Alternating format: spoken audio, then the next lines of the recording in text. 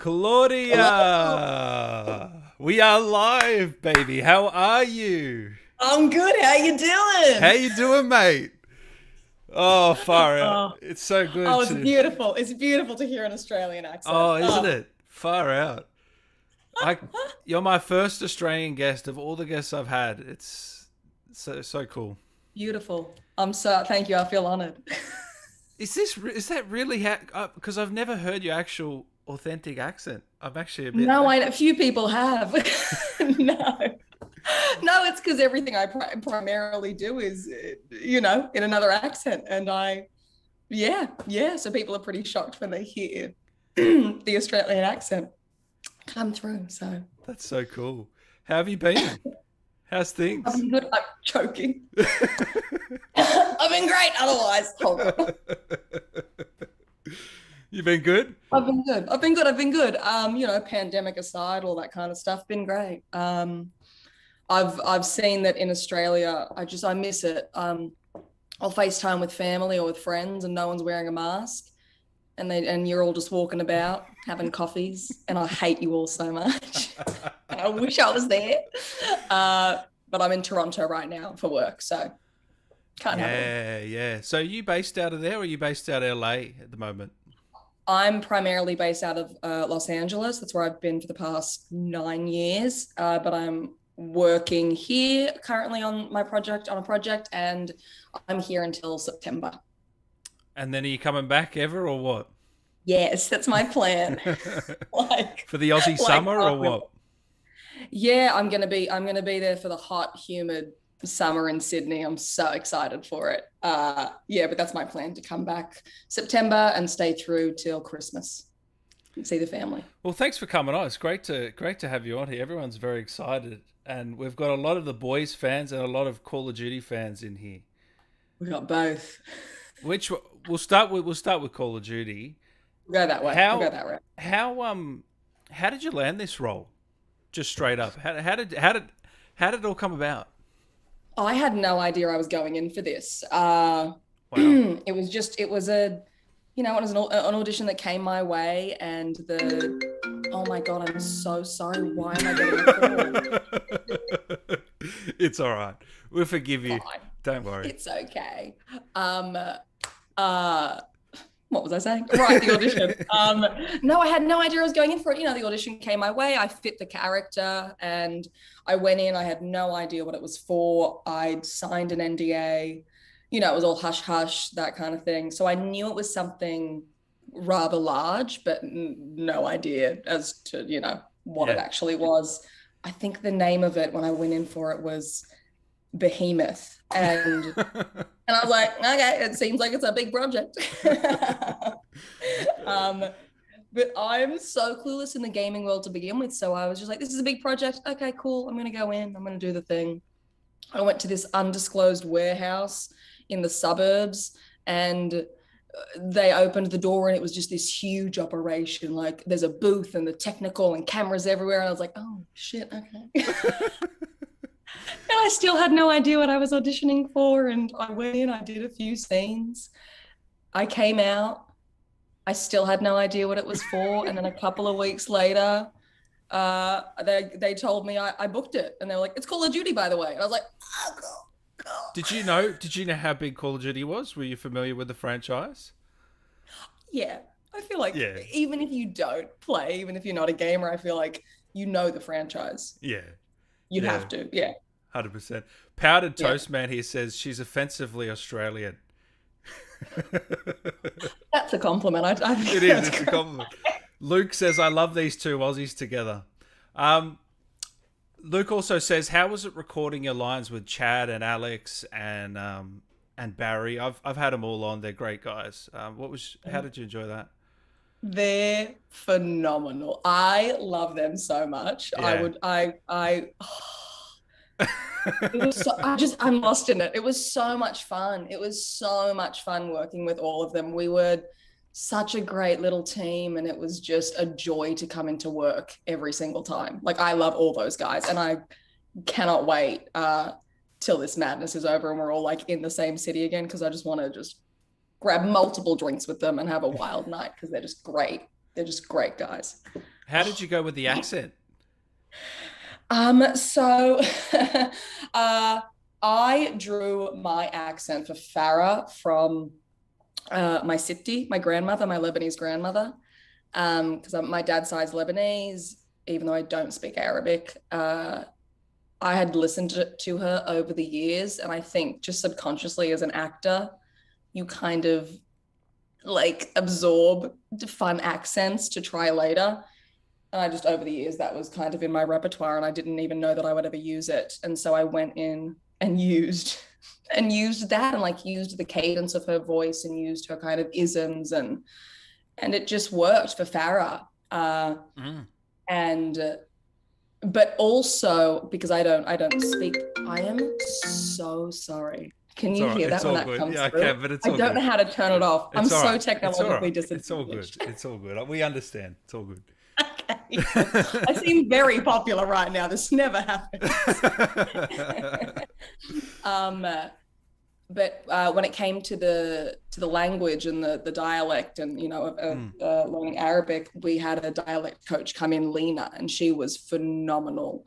And so we got to become familiar with the words whenever we were speaking Arabic, and we got a lot of prep time before that, and we got to learn those phonetically, and we got to have recordings of Lena sent our way weeks before we would come in and actually shoot it. So there was a lot of prep in that and a lot of respect for that, which is necessary and which was amazing for that process. Did you do any like military training stuff? We actually had two consultants in Steve and Mitch, and they were SEAL team guys, and they were amazing. I was clueless. I was absolutely clueless coming in. Never held a gun before, never knew what to do, no idea. I'm breaking the illusion of Farah. I'm so sorry, guys. It's all a lie. But they came in, and periodically they would show us, the correct stance, how to enter a room, based on like the threat level ahead of you. And it's all just stuff that you wouldn't really think in, an everyday kind of civilian environment. And so it really helped physically and with the headspace of these characters. So they were great. Bushy here says, Dan is finally interviewing someone he can understand. Is anyone understanding this interview right now between you and Only you and me and a couple of the Aussies listening. Right. Do you miss Vegemite and Tim Tams and some of the home snacks or what? Yes. You do? Yes. I found this place in LA where they sell Vegemite, and I was so excited, and Tim Tams. Oh, nice. Oh yeah. So I've had it over the years, but I really miss cherry ripe, which feels like it's maybe the worst one to pick. I know, a cherry ripe. Really? And golden gay time. Golden gay time. I love it. What about a 420 pie? No, I was never a 425. No. No. Nah, mate. Nah. Nah, mate. No. So, what about the sequel to Modern Warfare? When's that starting? Surely you're coming back? No? I don't know anything. Okay. There have been conversations and stuff, but I don't know to what capacity, and I don't even know if that's still in the works. So, but you'd love to come back. I'd love to come back. I love that. I love the world. I love the team. I would love to come back. Yeah. You did that out of LA? Yeah. Yeah. Activision Studios or something? Yeah. Yeah. We shot at one of their warehouses, and we would just go there every couple of weeks over a 2-year period. Really? Wow. Me and the guys, yeah. And we just come in every couple of weeks with a new scene and shoot it. Oh, I hope you come back. Have you gotten a chance to play the game at all? Are you a gamer yourself, or I guess you don't have time? You're too big of a Hollywood star now. No, I'm just useless. No, I remember when the team would show us like the previs of what the scene was that we were going to shoot that day, and every time everyone else in the room would watch it and be like, okay, cool. Yeah, this is normal. Yeah. And I would watch it and just be like, this is very anxiety inducing. This is a lot. So just that alone.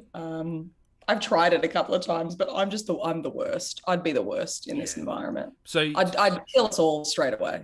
So when it came out, are you straight on YouTube checking out your cutscenes? I probably uploaded it, by the way. No? No, I didn't. No? I didn't. I had friends send me the clips because nice. they would play. Like, I have so many friends who play the game, and so they were really excited when it came out, and I just received an onslaught of messages with my face in it, and I was like, oh, this is absurd. This is bizarre. Yeah. And any one of my like friends who had a grievance with me had a great time killing me, which was fantastic. Yeah, of course. That's a good friend, good Aussie friend. You know. What do you think you'll do more? Like, want to do more games, like projects, or are you too busy? You want to do movies, TV, or anything? Can't I have it all, Dan? Well, you do at the moment. So. I would love to do another game. It's a fascinating world, and it's, oh my gosh, and just, oh my God, no, I would love to do another game. I would love to do it. It was my most favorite project I think I've worked on so far. Yeah. It was Call of Duty. And yeah, I'd do a game again in a heartbeat. I'd do a game again. It depends on the game, but like, if it's a good game. So what's the difference between doing that and doing The Boys? What's the big difference for you? TV, this is such an odd thing to say. Go on. I've had very limited, animation and voiceover experience, I think, to make a blanket statement on this. But for me, myself, TV is far more technical, oddly enough. Really? I know. We're wearing like head things and cameras and the mocap in Call of Duty. In what way? Where you're standing, how the production goes, or? Yeah, in all, I mean, I'm far more aware of the technical aspects at play on TV than I was in the gaming environment in that kind of space. It felt more like theater, weirdly, when we were rehearsing for the game and we were filming those scenes, because we'd have a helmet with a camera on, but we were free to move throughout the space, this huge space that we had. And there were cameras here, and our DP Jeff, who was a top-notch guy, would follow us throughout the scene with his camera. But like, essentially we were covered on all bases. So it gave us the freedom to just move within the space and not worry about where the camera was. Because like, if you missed a camera here, you got it here. And if you missed something here, there's a camera right in front of your face. So, but TV, you got to stay. Well, put. TV, they're like, it's here, and then we're going here, and then it's far more. Yeah. Yeah, 100%. Bushy here says, Dan, she's not a real Aussie if she doesn't like pies. There you go. You've been called out. You've been called out. Sausage rolls. Roll. Okay. I like. Look, just because I don't like 4 and 25 doesn't like. Yeah, I know. Yeah, I know, right? Maybe I'm a pie elitist, What was the what were the in Call of Duty some of those serious scenes? They're quite heavy. What were they like shooting those with Constantine and some of the guys there? I mean, everyone on set on those days, we would talk through the scenes and prior in depth, and we'd talk through the relationships, and nothing ever happened that no one was comfortable with, and that nothing had been already practiced beforehand. And the team were really good about that. I actually remember having such a fun day that day. Is that weird? Oh, that's so funny. No, because it was you got to be physical in a way that was out of the norm, essentially. Like, it was a new physical action that I hadn't really done before as an actor. So I was more, I think, focused on the curiosity about that, or the, you know, what this situation is for Farah, and what this, you know, the mindset she would be in, and what her relationship to, you know, the other character is. And like, we had a great time. I remember we were laughing in between takes, and yeah. Who was the funniest on set? But each, yeah, we had a great time, and you know, it was never a bad moment, but Yeah. those scenes you do have to go in with an understanding. And I think a lot of the scenes in the campaign have that kind of gravity and have that serious nature. There's the interrogation scene, right, with Price, and then there's the whole clip, the whole scene of Farah and Hadia as children. And I remember seeing that. That shook me, actually. I remember watching that and just being very affected afterwards, because they showed us that.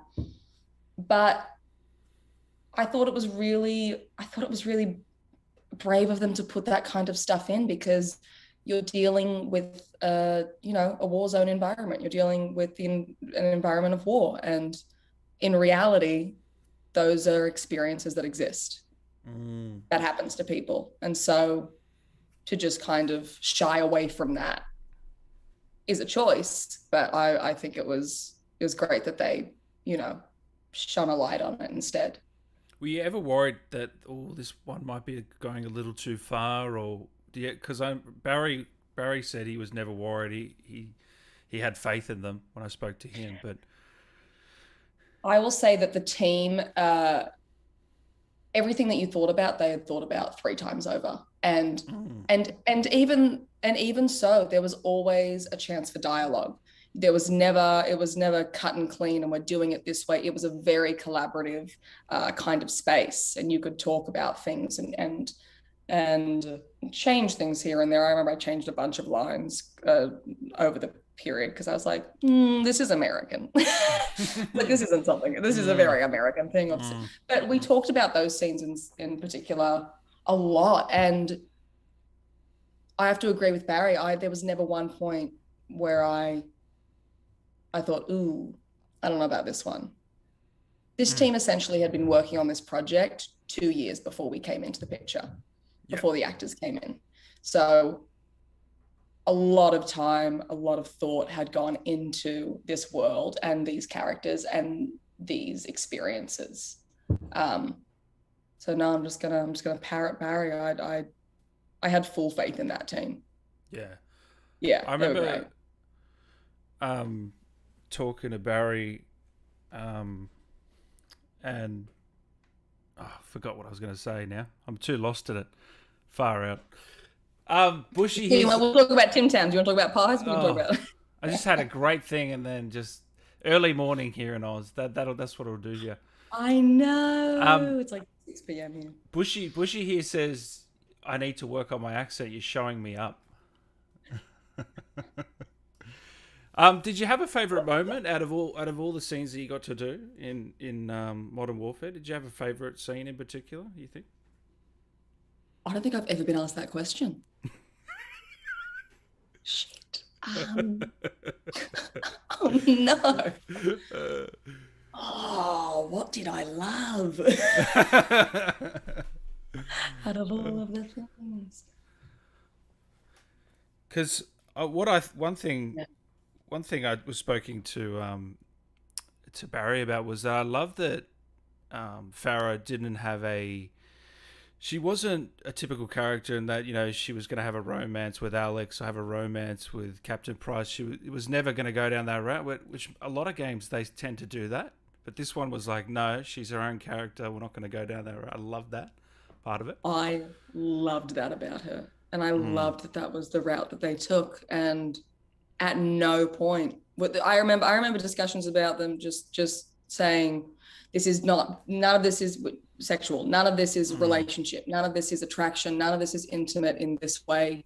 These are soldiers. These are comrades. These are people working together. And it was great. because you can see how these characters work together and it just flourished. Like you don't need that. It was purely from a human standpoint and a connection standpoint, and people meeting on things that they believed, or like their moral code, or things that they were willing to fight for, or things that they were not willing to fight for, and a lot of the gray area of war, of these situations that these people were put in. And I loved that relationship. I loved the relationship Farah had with Price and with Alex. I thought it was so well done, and just so about the mission and their world and the consequences. And they don't have time for romance, really, essentially, in this. No. Like, I remember thinking that from Farah's headspace. I was like, what do you mean? She has no time for this. Yeah. What do you think? She's like brushing off her AK and then like hopping on Tinder. Like, it's not like there's no time for this. Yeah. So have you had a lot of great fan reception since the game came out, or the boys, or which one do you get more of? Call of Duty. Yeah. Call of Duty. I love it. The fans love, like, they're so great. They love the game. They love the character. And I remember I heard one girl playing, what was the level that she played?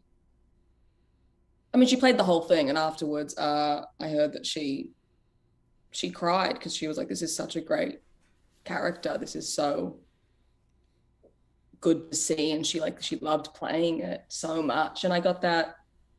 I received a lot of that from people who played the game, and I was just so happy because it's such a huge game. It's such a huge franchise, and I just want to be able to do that character justice and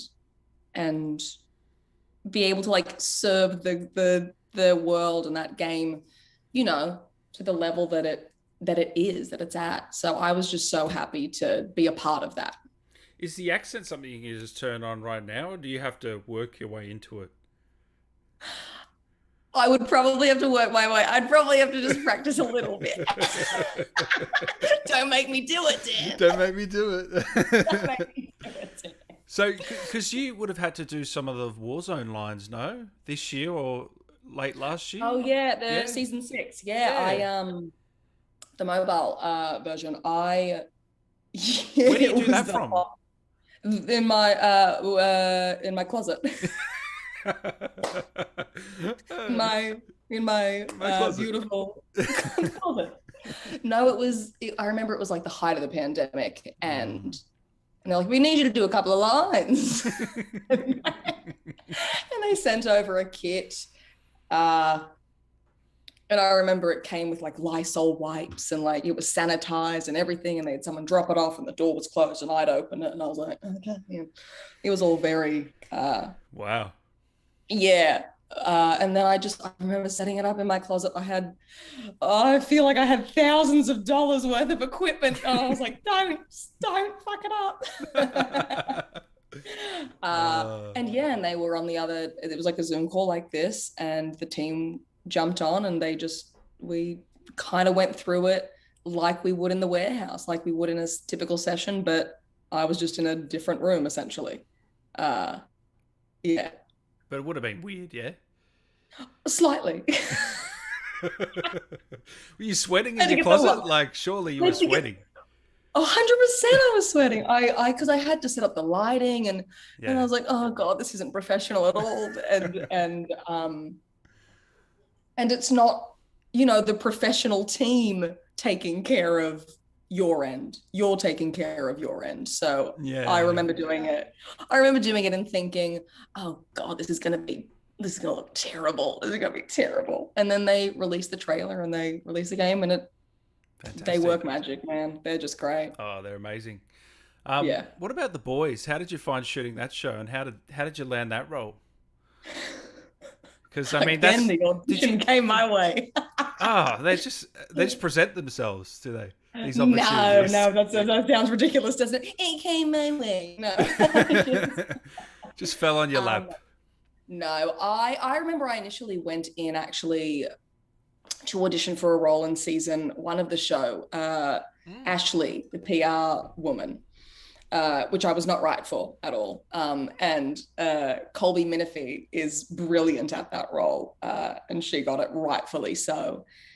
And so I think They must have liked you a little, like. I guess Yeah. so. And so then when second season casting came around and the role of Victoria Neuman came around, they called me in and I went in for that. And I think that was one audition. That was one session. And I got the call. And I was very shocked. And I was so happy and freaking out. Really? Yeah, like jumping on the couch, Tom Cruise style. Well, yeah, but no, like freaking out. I was like, oh God, this is a big show. Oh, right. Yeah. So you knew the scope of the show at that point. You knew how big it was, and Yeah. yeah.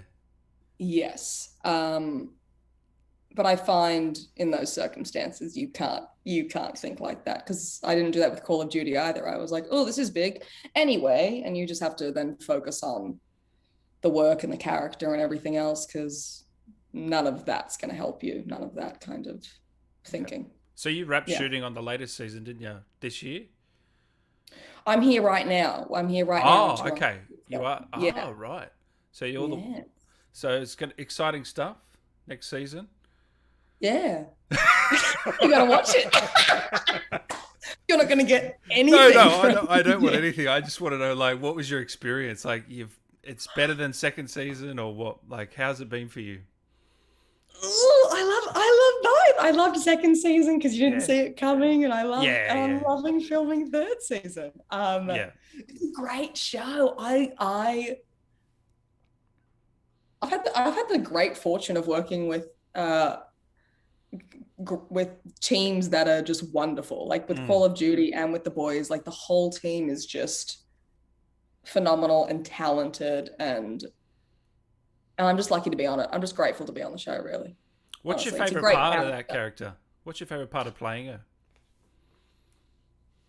The duplicity of the character. Yeah. Because she presents herself one way to the world, but as you see in the finale of season 2, she is not that at all. So it's a lot of fun playing essentially two sides or two roles. Now, I've got to quickly ask you as well, where'd you go, Bernadette? You were in that movie. What was that experience like? That was out of the blue. I didn't, Really? I didn't know I was going to get that. I remember I auditioned for that.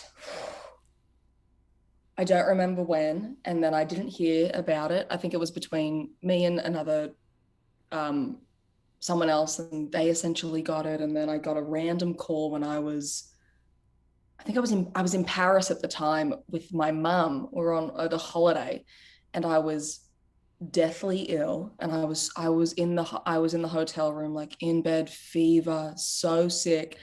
And I get a call from my manager, and she's like, hey, so you're gonna hop on a call with Richard Linklater this afternoon.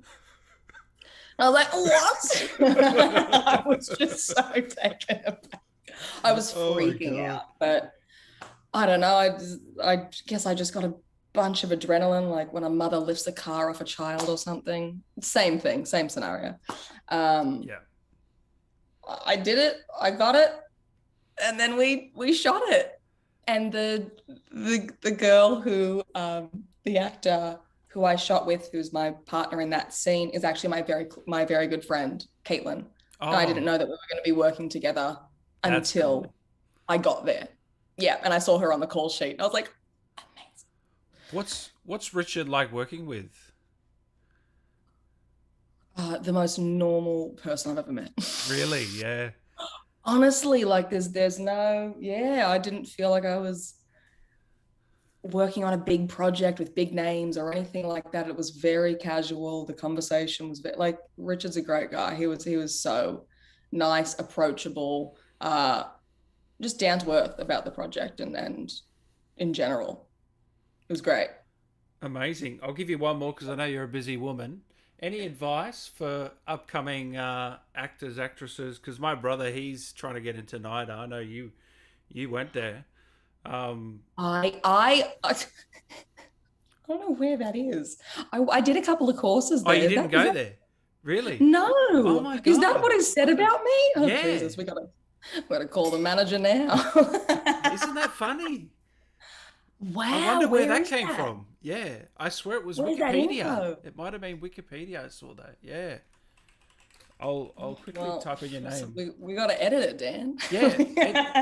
I guess it says education, NIDA, Adler So Studio of no, Acting. I Yeah. no, I got straight up rejected from NIDA. No, I Wow. auditioned straight out of high school. I auditioned for NIDA, and I'd always wanted to go there. I'd auditioned for all the other places too, like WAPA, everything, and they were just like, no, no, didn't get in. No, get out of here. Piss off. But I remember I was very young. I remember they just said to me, they're like, go get some life experience and come back. And then I spoke to every one of my teachers and mentors, and every single one of them told me to leave the country. They said, they were like, yeah, and this is like 10 years ago, essentially, coming up on 10 years. And they said to me, they said, your look doesn't sell here. Your look isn't on TV a lot, or in film here. And it's you'll have more opportunity if you go to London, to Los Angeles, to New York. And I had a connection in Los Angeles, and so that's where I went. Wow, very interesting. That's not really advice, is it? Leave your country. No, that's the worst piece of advice. No, I mean, that's just what I did at the time, though. Because Yeah. I completely understand it. I mean, I don't know. I think the most important thing is to focus on the downtime as an actor, like when you're not working or when you're not auditioning or when you're not doing any of that stuff. I think you should always be cultivating your creativity, whether it's like shooting your own stuff, whether it's, helping friends out on a project that's a film or like a theater piece or whatever it is. I think it's always good to keep your creative brain working, because it's eventually going to help you land this thing or that thing, or give you the confidence for this project or to go out for this thing. So that's the biggest piece of advice I can offer. And it's a marathon, not a sprint. There's you gotta, yeah. And just quickly, are there any characters that you'd want to, like, anything, I don't know, DC, Marvel, or anywhere that you'd like to portray or have the chance to have a crack at? Any characters? I have no idea. Yeah. It's just the story for you. Good story, good script. Good story, good character. Oh yeah, every time. Because I think that speaks for itself. And if it's a great project, if it's a DC or a Marvel, sign me up. Yeah. then sure.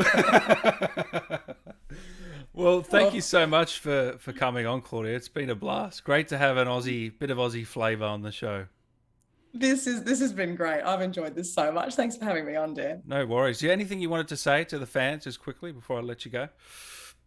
Oh, they're amazing, and I just, thanks for letting me be a part of this. Thanks for like welcoming me in, because everyone's great. Like, it's been wonderful to be a part of this world. So thanks. And upcoming projects, obviously The Boys, and a couple of movies that you're working on as well. I think I saw on your IMDb. Oh, they're all in post. They're in post. They're in post-production. Yeah. Okay, cool. This is it right now. No worries. And follow you on IG, Claudia. And Twitter? I'm not active on Twitter. You're not I have active. it. Okay. I never So use IG's it. the place.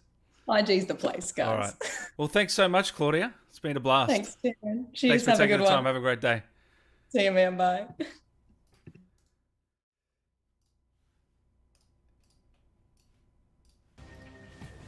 There you go, guys. Claudia